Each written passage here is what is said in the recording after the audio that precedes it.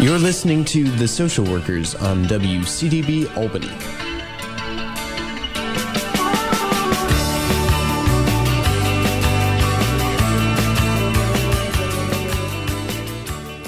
Welcome to the Social Workers Radio Talk Show. I'm your co-host, Alyssa Lotmore. And with us today, we have Erin Casey Pellegrino, who is from the Ross Initiatives in Sports for Equality. As Vice President of Communications, Events, and Marketing, Erin draws upon her nearly 20 years of experience in the sports and entertainment industries to bring RISE's mission to life through community outreach and storytelling opportunities. An innovative leader with a global mindset, Erin has worked hundreds of live events, including 16 Super Bowls. Before joining RISE, Erin was the Director of Marketing and Communications at Sesame Street, where she provided strategic brand direction and creative oversight for their broadcast, digital, and print campaigns. Prior to that, she spent 12 years with the NFL and the New York Giants in their communications, international, and events departments. Erin graduated from the University at Albany, so an alum, where she was the special teams coach for the men's football team. She's a proud member of the UA Purple family. An explorer at heart, Erin has visited more than 45 countries, but she resides in Manhattan with her husband, Matt. Welcome to the show, Erin. Thanks so much for having me. No, thank you. So a little background for our listeners. Erin recently appeared on a Facebook Live segment as part of the UAlbany Alumni Association's virtual events.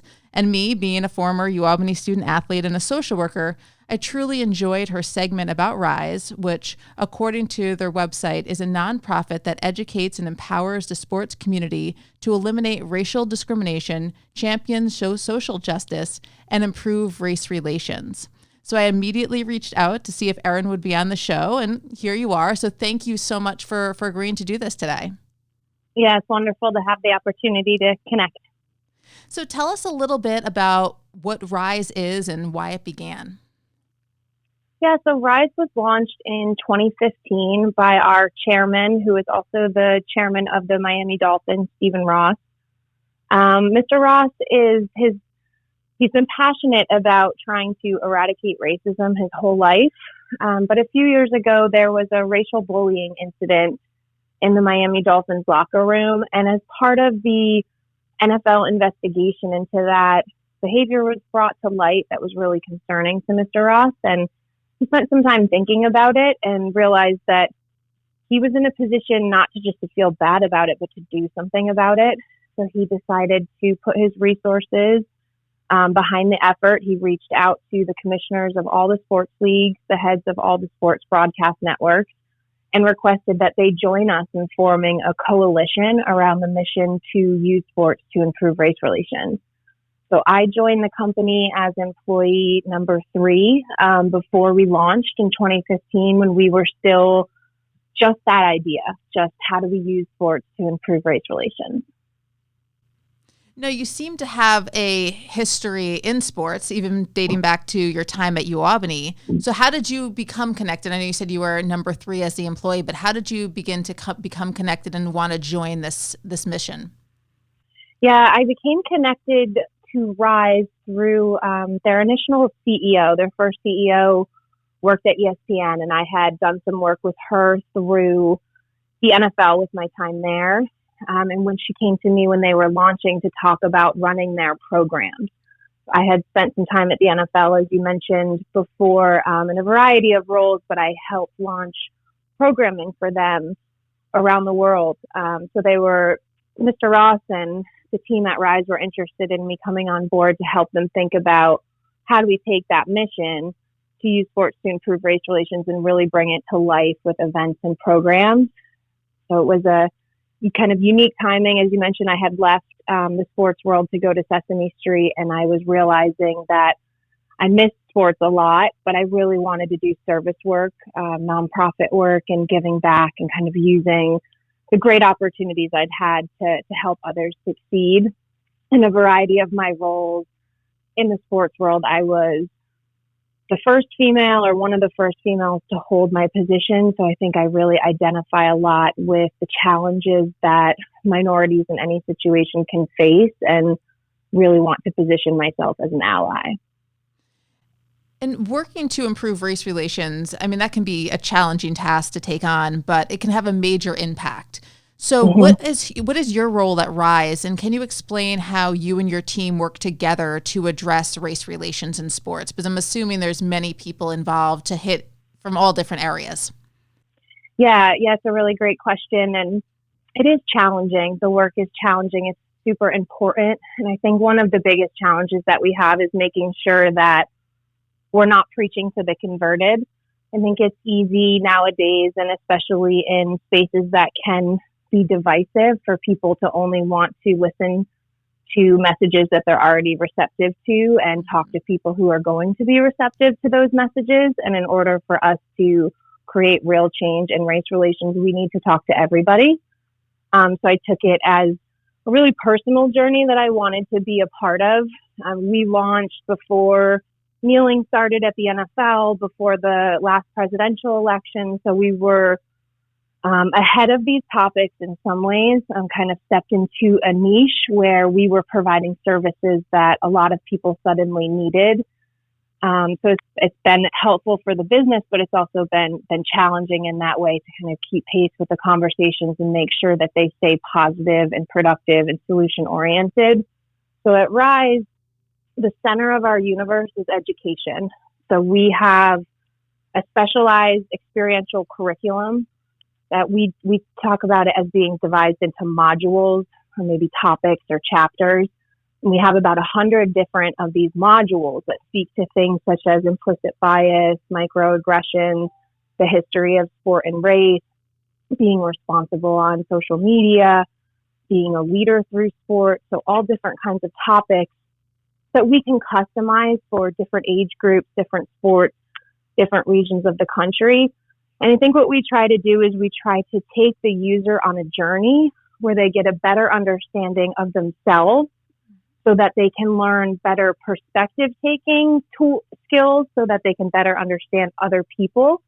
And once we better understand ourselves and we can better understand the perspective of others, it allows us to have more vulnerable conversations where we can really dig into what's going on and what needs to happen for us to get to a better place. Now, you mentioned different age groups. So does Rise focus on from youth sports to professional? What is the scope of the work that you do with the athletes? Yeah, we focus all sports, all levels, men and women all across the country. We're definitely a national nonprofit. The nature of a conversation around race relations, you have to be, I think, a little bit older, a little bit more mature to take in some of the vocabulary. So while we've done some stuff with elementary school age kids, we typically focus on middle school and above. Our sweet spot kind of being 15 to 35. So really looking at those middle school, high school, collegiate athletes who are developing as leaders and providing skills and tools for them to embrace that path. And then for the professional athletes who already have that platform, we try to help empower them so that they understand how to use it. And do you work, if you're talking about collegiate sports, do you work with individual schools or do you connect more with certain conferences?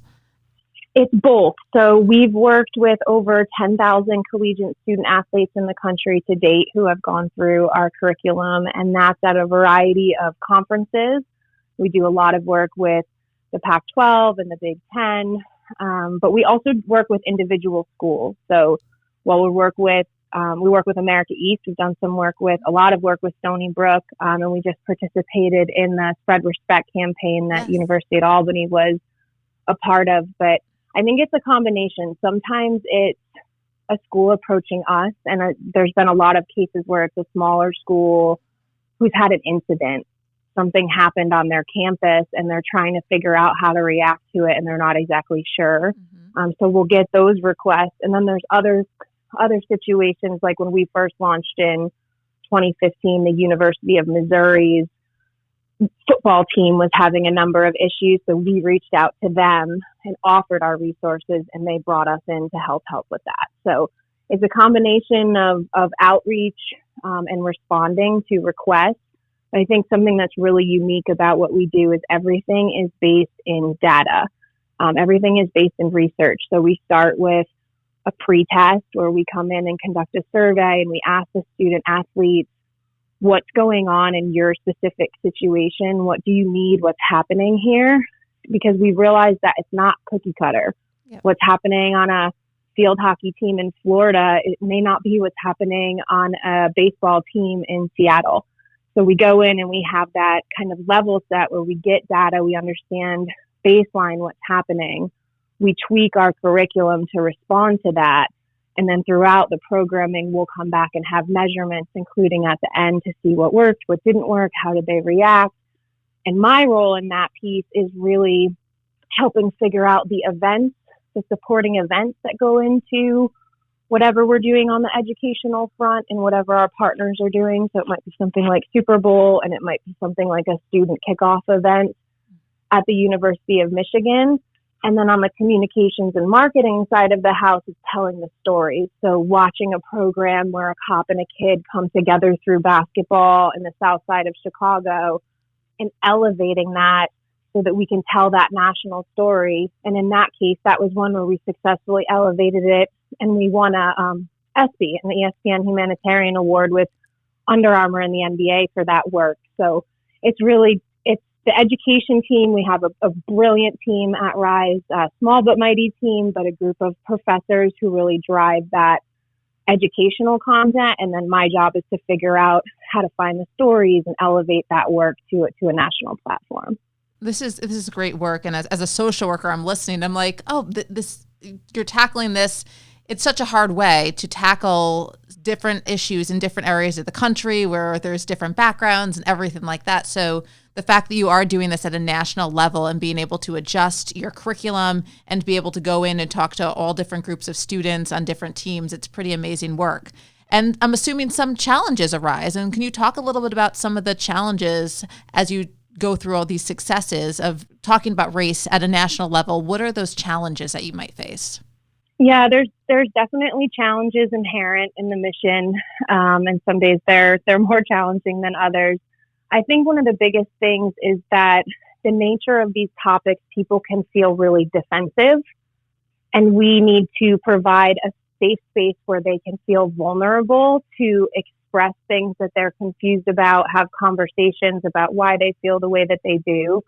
I think we've become a culture where we're so quick to try to shame and punish, and those things are not productive here. We're not trying to shame you. We're not trying to punish you. We're trying to educate you, because life really is better when we all understand each other and we can be open-minded. So I think we try to set that level pace so that people feel safe to talk, and then provide them with the resources and the tools to become more educated and empowered in the space, so that then they can go back to their social circles and share that message.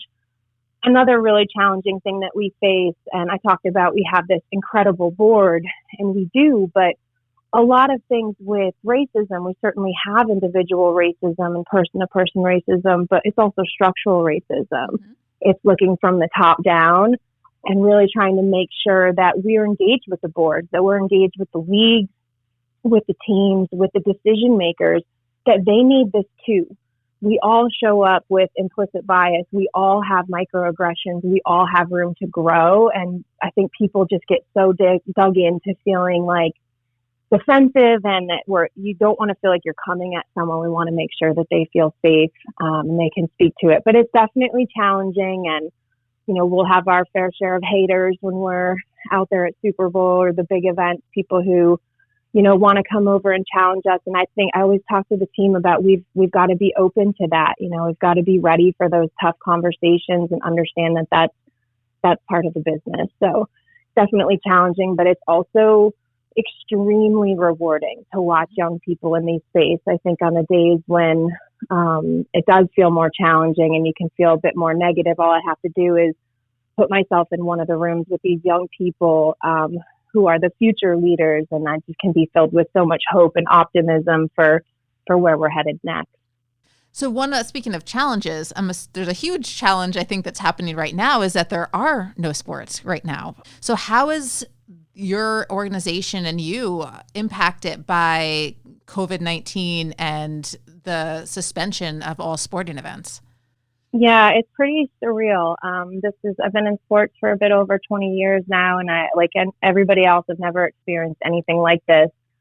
My husband works in sports as well, and we were both on the road when everything kind of kicked off, which I think was around March 11th. The NBA postponed their season right after South by Southwest had canceled, and Coachella postponed. And I thought it was interesting that you kind of saw sports and entertainment leading the way there. That was before there had been mandatory shutdowns. So I was pretty proud of our industry for thinking of the fans and thinking of the athletes and safety first. But I was in Las Vegas for the Pac-12 men's basketball tournament at the time. We'd been out there for about 2 weeks, and it was surreal to watch because the women's basketball tournament was the week prior. And to see Vegas kind of go through this transformation from normal casinos pumping at their highest level to being almost deserted. And we heard that the NBA had postponed their season or canceled the rest of their season. And originally the Pac-12 was going to play the rest of the tournament without fans, Yep. But they pretty quickly decided that they were going to end it completely. So we packed up our gear, we got out of there, we tried to, it was interesting to watch the airlines and the airports and how everybody was managing things. We came back to our home locations, and we've been working remote since. I think in the sports world, it's been heartbreaking for some of our partners, the Pac-12, NCAA, watching Final Four get canceled and thinking about all those athletes, as you know, seeing the Albany, seniors, people who will never get this moment back. Oh, I was thinking the same thing whenever, it was one of the first round for the men was supposed to be in Albany. It was, coming here this year. Everyone had their tickets, and a week later, the week before it was supposed to come, it was canceled. So it was just sort of thinking of all the seniors and people who that's a shining moment for anyone in any sport. So yeah, my heart is really broken for them. And I think we went into support mode where we really wanted to understand from our partners and the athletes, what can we do to help? And the thing that we heard almost immediately was digital content. Every school, every parent, every person is shut in right now looking for content that they can digest online. So we had been working for the last probably 18 months to digitize a lot of that educational content that I mentioned before, our curriculum. And the last 5 weeks has been kicking that into high gear. So we launched a digital learning series about 3 weeks ago now that will engage experts and athletes on a variety of topics, race and privilege and leadership through the lens of current events. So looking at things like disparity in the healthcare system, or this week we're looking at how athletes are really stepping up to make change. So they're donating their time, they're donating their money, they're donating their platforms to try to step in. I mean, you've heard these stories of athletes pooling money so that their employees at the stadiums don't have to take pay cuts, and hosting webinars with doctors and just really going the distance. So I think even though we're not playing sports, we're still seeing athletes lead the way. And more than ever, our partners seem really hungry for this content. I think kind of appallingly, you're seeing so much racism and so much hate come out of this too. It seems like, there's been a real uptick in that. So we've been talking a lot about how, yes, we have to fight the virus, but we have to keep fighting racism too. And a lot of the work that we do at Rise is also around civic engagement. And you can imagine with the elections coming up and all the things that are going on, there's a lot of voter education that's going to need to happen if we're able to do mail-in ballots and things like that. So right now we're trying to really get the sporting world behind that effort and start to put our chess pieces in place for how can we create a program and a movement and a campaign to start getting that word out now while we're all still stuck at home. I have to commend every time I'm talking to organizations about how quickly they're able to, you're, like you said, you were in Las Vegas and then all of a sudden everything's shutting down, and then you're able to transition and say, okay, what digital content can we do? How can we still keep our mission moving forward? And it's amazing how creative you all are being to be able to say, okay, here's what's happening. How do we still push forward? Yeah, I appreciate that a lot. Thank you. And I do think that's a big part of how I try to lead my team and how the organization response is general. We try to be positive. We try to be creative problem solvers. Definitely learned a bit of that at the University of Albany with the football team. Problem is an opportunity for us to get better and to think about solutions. And there's always somebody we can help. There's always something that we can do. So yeah, I'm really grateful to be part of the team that we're in and have the background that we do with the support network to be able to do that, to be creative, think about how we can solve the problem and then put it into execution.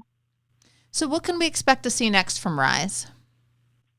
I mean, I would love for people to come and see this digital learning program. So last week we had a live Twitter Q&A with Katrina Adams, who's the former president of the U.S. Tennis Association. And we had another one with Karan Butler, who's an NBA legend, around racism and how that was impacting COVID-19. Like I said, this week we're talking about athletes who are walking the walk and really using sports to create change. So we're going to have an Instagram live next Thursday with some athletes doing that. I would love for people to check it out. The website is risetowin.org and our handles are @risetowin. So there's a lot of great content there for people to read up on and get engaged. You can take our pledge to stand up against discrimination. And I think the biggest thing I would ask of people is just to really take the time to be thoughtful about what we're saying and how we're treating each other. Just because we're distant in space right now, we're still really interconnected as a society. And I just want everybody to continue to try to be good neighbors and friends as we work through this really challenging time. And you mentioned the social media aspects and the taking the pledge. What are some other ways that we can join in and take action or bring Rise to our own communities? If there's coaches or schools listening who are like, we want a program like this, how can we take those steps? Absolutely. Our tagline for the digital learning series is learn more so you can do more. Because we feel like people really need the tools and the skills and the knowledge to go out and have these conversations. But those resources are available on our website. So I think we have something like 15 of those modules that are on that you can do virtually with your friends, with your teams, with your classmates to continue the journey. I think, like I said before, I think understanding yourself is a huge part of being able to integrate with others and take their perspective respectfully. And we all have so much time right now to self-reflect. So what better way to do it than to use some proven techniques that are free and on the website. Well, I absolutely love everything you talked about today, and the way to connect sports and race and not have them be. Sometimes people don't see the connection of how we can, sports is separate and how we can still talk about race. And I'm glad you're able to bring that together and help make this change. It's like a social movement to say we have to talk about these things. Yeah, great. Thank you so much for giving me the opportunity to share. Thank you so much. And we love having alums on the show. So it was absolutely excellent. So thank you so much. Again, for our listeners, we were joined today by Erin Casey Pellegrino, who is the Vice President of Communications, Events, and Marketing at the Ross Initiative in Sports for Equality. Thank you so much, Erin. Thanks again. You're listening to The Social Workers on WCDB Albany.